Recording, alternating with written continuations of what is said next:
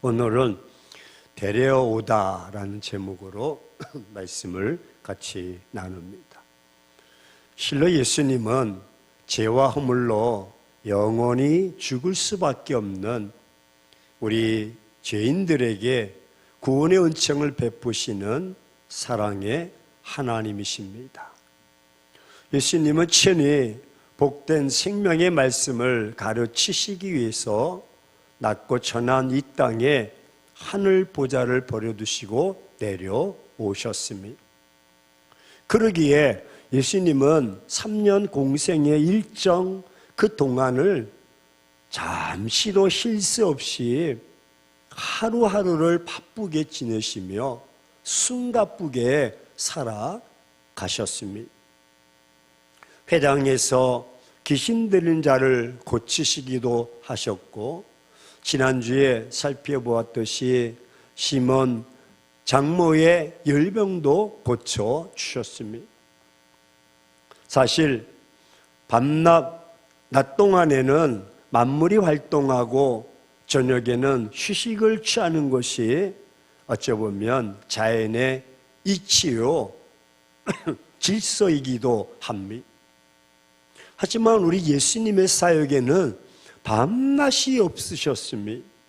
아니, 오히려 예수님에게는 저녁 시간이 사역을 위한 더 적절한 시간이기도 하셨습니다. 왜냐하면 밤이 이슥해서 지기까지 예수님을 찾는 자들은 필시 예수님의 도움을 한시라도 지체할 수 없는 어쩌보면 갈급한 심령의 소유자들이기 때문입니다.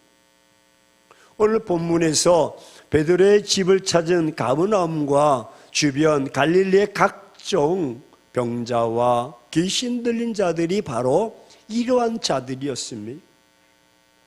절박한 상황. 그러기에 예수님은 이런 자들을 밤이 늦었다고 마다하지 않으셨습니다.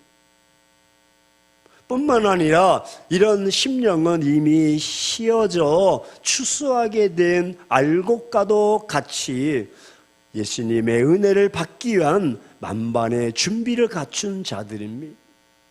흔히 말하기를 지푸라기라도 잡고 싶은 심정의 사람들입니다.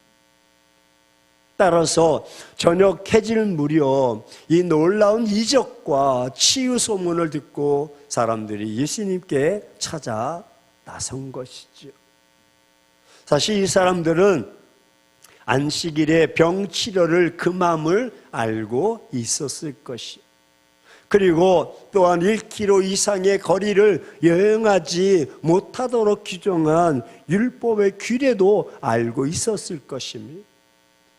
그래서 이들은 안식일이 끝나는 오늘 본문의 해질 무렵까지 기다려야 했던 것입니다. 이때 이들은 마음을 졸이며 기다려야 했습니다. 행여나 예수님을 만나지 못할까 봐 아주 조급한 심정으로 안식일이 끝나는 저녁 시간이 되기를 간절히 기다렸습니다.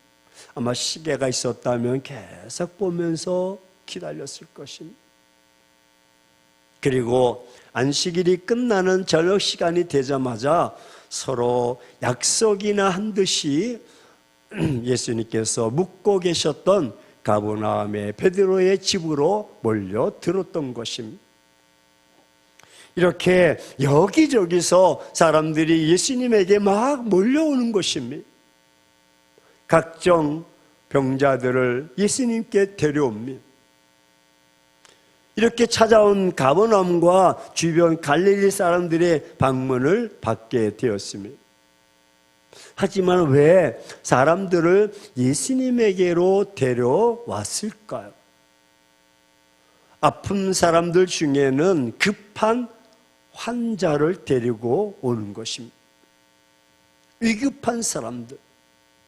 하지만 급한 환자이면 속히 의원 또는 병원으로 이송해야 합니다.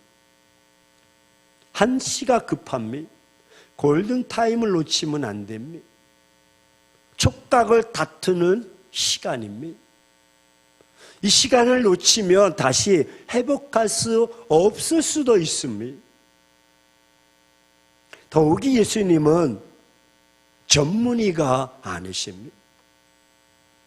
의학적 교수도 아니십니다. 예수님은 의학을 배운 적이 없으십니다. 예수님은 또 의학적 라이센스 자격증도 없으십니다. 그리고 지금 예수님은 복음 사역에 아주 매우 지쳐 하셨습니다. 따라서 지금은 쉬어야 할 시간입니다. 이들을 외면하고 다른 곳으로 옮기셔야 할 시간입니다. 예수님께서도 육신에 한계가 있으십니다. 피곤하시면 쉬어야 되고 배고프시면 먹어야 됩니다. 왜냐하면 예수님께서 인간의 육신을 입으셨기 때문에 그렇습니다. 근데 이런 예수님에게 급한 환자들을 데리고 오다니 매우 당황스럽습니다. 아니, 더더욱 이런 상황에서 예수님의 행동은 납득이 가지 않습니다. 본인이 의학적 전문의도 아니면서 의사도 아니면서 용납하십니다. 그리고 더욱 이해가 되지 않는 것이 있습니다.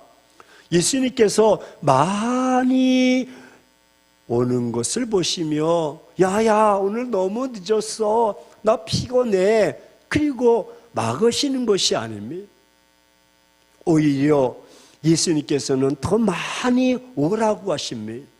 더 많이 데려오라고 말씀을 하십니다. 예수님께서 이렇게 하는 데는 그 많은 이유가 있습니다. 그 목적과 그 이유가 무엇입니까? 그 이유는 예수님은 무슨 질병이든 다 고쳐주시는 전능자, 치료자이신 줄로 믿습니다. 예수님은 치료자이십니다. 예수님은 그 어떤 질병도 깨끗하게 고쳐주시는 분이십니다. 그날 예수님에게 데려오는 사람들은 어떤 사람들 데려왔을까? 세상이 고칠 수 없는 질병에 고통당하는 자들. 그래서 오직 예수님만 고칠 수 있다는 것을 깨닫게 하셨습니다. 예수님께로 데려오면 고쳐주십니다. 이때 데려오다라는 말은 세상이 포기한 사람들입니다. 세상이 고칠 수 없는 자들입니다. 하지만 예수님께 데려오기만 하면 해결될 줄로 믿습니다. 모든 치유될 수 있음을 알게 하시려고 현장에서 말씀하십니다. 예수님께서는 데려오는 자를 치유하기 위해서 일일이 손을 얹고 기도해 주셨습니다. 여기서 예수님께서 손을 얹었다라는 말은 대단한 말입니다. 오늘 40절 말씀에 해질 무렵에 사람들이 온갖 병자들을 데리고 나오매 예수께서 일일이 그 위에 손을 얹으사 고치시니 할렐루야. 일일이 다 그 머리에 안수합니다. 여러분 1대1이면 여기 앉아라. 그리고 주님이 손 얹어 기도해 줄 수가 있어요. 아무리 피곤하셔도. 그런데 지금 많은 사람들이 왔어요. 그럼 다 모아놓고 자 손들어 그리고 기도해 주셔도 될 텐데 일일이 기도해 주시. 예수님은 각인의 병을 고쳐주시되 전에와는 달리 말씀으로만 고치시지 않으셨습니다. 예수님은 각인의 환자에게 일일이 각 사람의 머리 위에 손을 얹어 기도해 주셨고 안수하여 고쳐주신 것입니다. 예수님이 그냥 고칠 수도 있으신 분이요 말씀만 해도 다 고침받을 수가 있습니다. 그런데 이렇게 손을 얹었다는 말은 또 다른 의미가 있습니다. 그것은 어떤 질병은 너무나 중하여 예수님이 긍휼함과 간절한 마음으로 고쳐주셨다는 것입니다. 불쌍히 여겨주었다는 것입니다. 예수님의 간절함을 엿볼 수가 있는 것입니다. 복음서를 보십시오. 예수님은 중한병을 앓고 있는 사람들일수록 손을 얹고 기도해 주셨습니다. 이는 예수님이 정말로 간절한 마음으로 그 병을 고쳐 주셨다는 것을 보게 됩니다.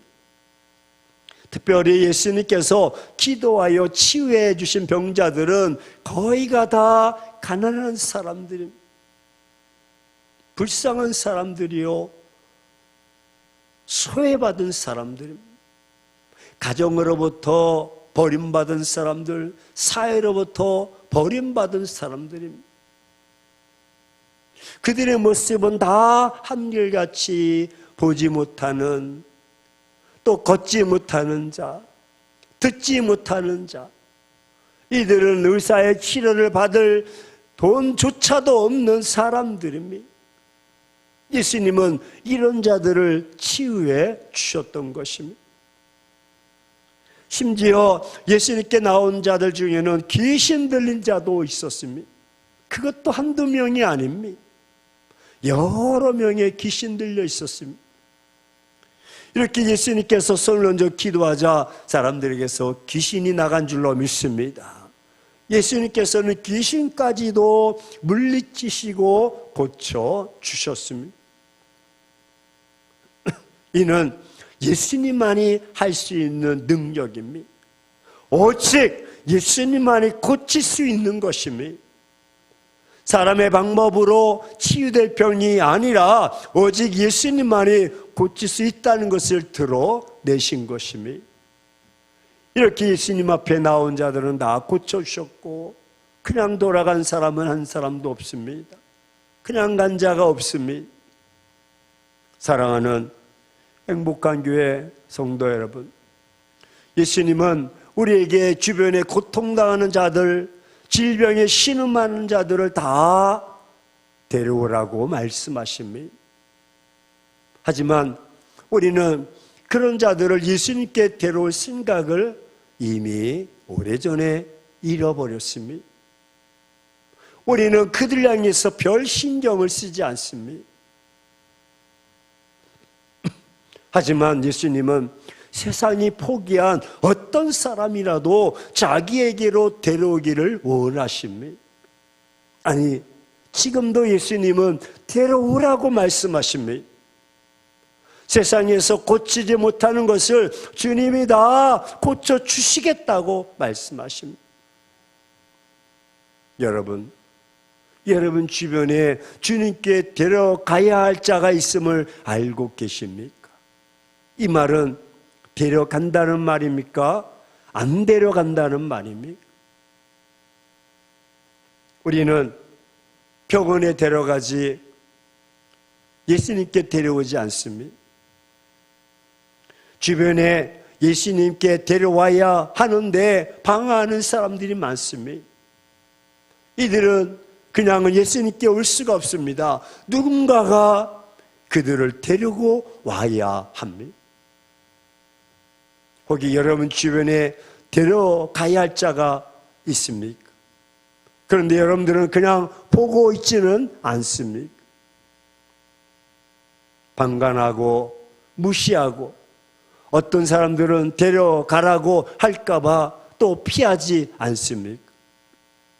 이런 사람들은 데려가야 될 장소가 따로 있다고 생각하는 사람도 있습니다. 아니, 거기 말고, 교회 말고 그들을 모아놓고 어떤 치유를 한다든지 요양을 하는 사람들이 있습니다. 이런 장소가 많이 늘어나고 있습니다. 데려가야 할 자를 딴 데로 데려갑니다. 이렇게 되면 데려가는 자도 끌려가는 자도 소망이 없고 미래가 없습니다. 예를 들어서 자식을 정신병원에 데려다 주는 부모는 저 자식이 다시 건강해질 것이라는 생각을 부모는 갖지 않습니다. 소망이 없습니다. 미래가 없습니다. 같이 거하자니 삶이 너무나 지치고 힘들어서 그냥 내던지는 것입니다. 암울함 뿐입니다. 우리도 인생을 사는 동안 우리도 병들 수가 있습니다. 어떤 분은 나는 평생 병원에 가본 적이 없다, 그렇게 말하는 사람도 있습니다. 하지만 위험합니다. 전 그런 분 많이 봤습니다. 잘못된 것입니다. 연약할 때는 병원에 가야 됩니다.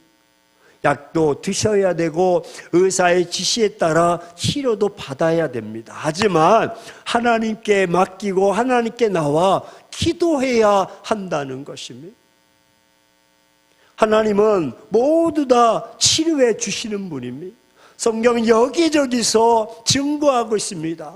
우리가 잘 알고 있는 출애굽기 15장 26절에 나는 치료하는 여호와 라파라고 말씀하시고, 말라기서 4장 2절에 나는 치료하는 강선을 바란다고 말씀하고 있습니다. 시편 103편 3절에도 내 모든 병을 다 고치신 하나님이라고 말씀하고 있습니다. 이사야 53장 5절에 저가 채찍에 맞음으로 우리가 나음을 얻었다. 할렐루야. 이미 나은 줄로 믿습니다. 오늘 40절에도 해질무렵에 사람들이 온갖 병자들을 데리고 나오며 예수께서 일일이 그 위에 손을 얹으사 고치셨다고 말씀합니다. 여러분, 마태복음에 보면요, 8장 16절에서 17절에 자물매 사람들이 귀신 들린 자를 많이 데리고 예수께 오거늘 예수께서 말씀으로 귀신들을 쫓아내시고 병든 자를 다 고치시니 이는 선지자 이사야로 하신 말씀에 우리 연약한 것을 친히 담당하시고 병을 짊어지셨도다 함을 이루려 하십니다. 할렐루야. 예수님은 고침받기 원하는 자를 고쳐주심이, 나를 불쌍히 여겨 주옵소서, 나를 긍휼히 여겨 주옵소서, 그런 자를 고쳐주심이, 예수님은 나을 수 있다고 믿는 자들을 고쳐주십니다. 하나님을 신뢰하고 그의 말씀에 따라서 치료자가 되시고 고쳐주십니다. 지금도 하나님은 당신에게 나오는 자를 살려주십니다. 연약한 자들, 병든 자들이 많이 부르는 찬송가 472장 3절, 주를 위해 살겠으니 나를 고쳐주소서. 내게 속한 모든 것 다 주의 것이니 성령이여 강림하사 능력 있는 손을 펴사 나의 몸을 어루만져 고쳐주소서. 할렐루야. 하나님께 나오면 살려주십니다. 하나님께 데려오면 살려주십니다. 하나님은 그런 자를 살려주시고 하나님은 그런 자들을 강건케 하시고 치유해 주시는 것입니다. 보십시오. 예수님은 38년 동안 앓았던 자도 일으켜 세워주셨습니다.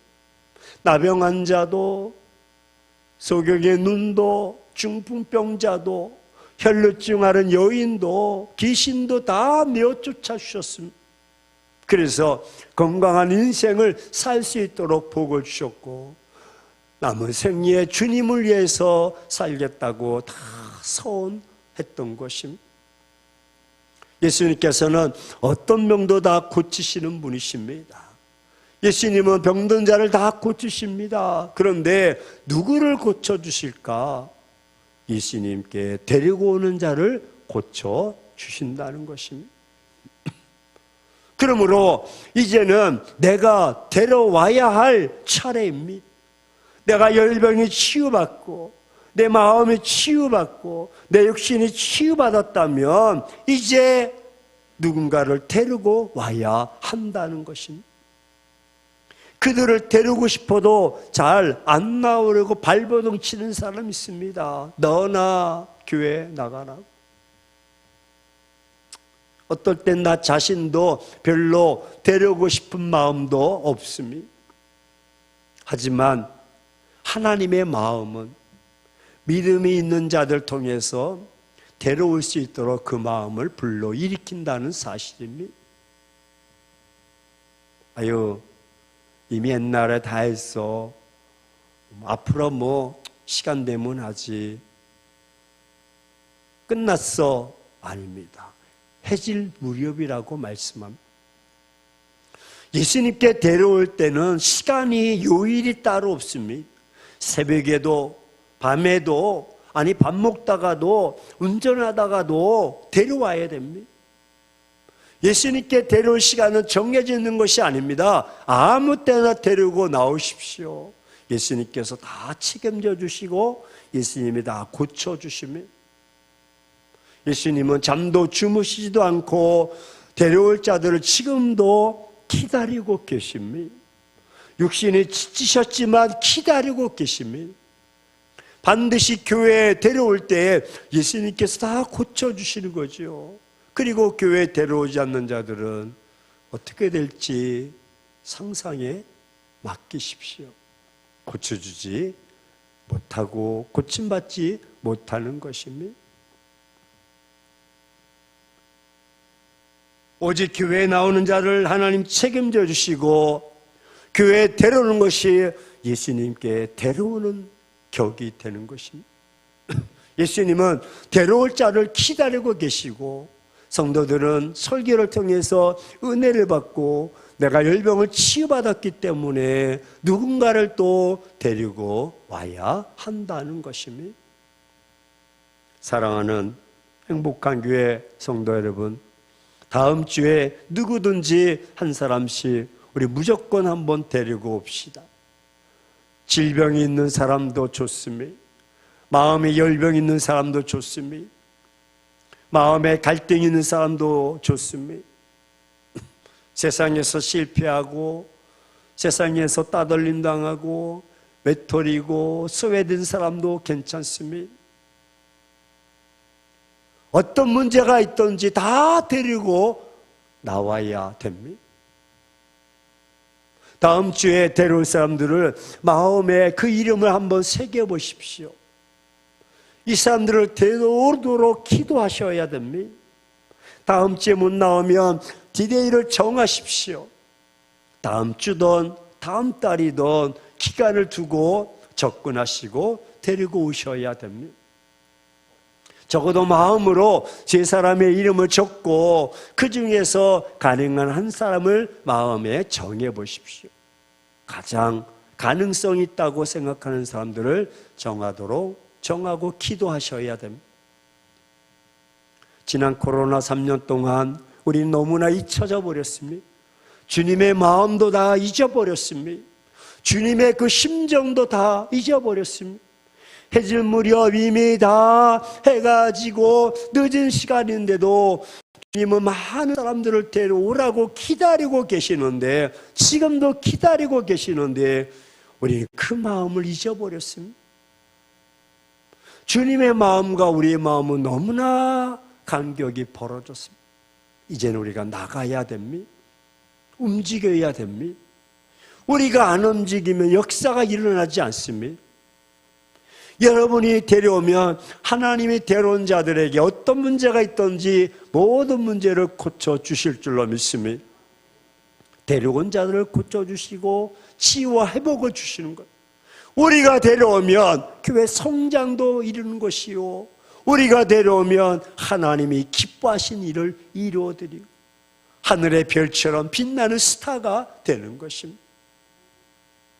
오늘 말씀을 듣고도 이미 내 마음이 굳어져 버려 있고 주님의 마음을 전혀 읽어내지 못하고 그냥 나 하나 의자 뒤피고 돌아가는 그런 연약한 삶으로 살아간다면, 아직도 질병으로 신음하고 죄악에 물들어 고통 속에서 헤매고 있는 자들을 외면하고 혼자만 신앙생활을 한다면 여러분의 그 이기적인 삶의 모습, 전형적인 모습일 것입니다. 아니, 여러분으로 인해서 새 생명의 회복과 치유를 맛볼 수가 없습니다. 그렇습니다. 여러분의 외면이 가족을 죽이는 것입니다. 여러분의 외면이 이웃과 지인을 죽이는 것입니다. 따라서 이제는 살리셔야 됩니다.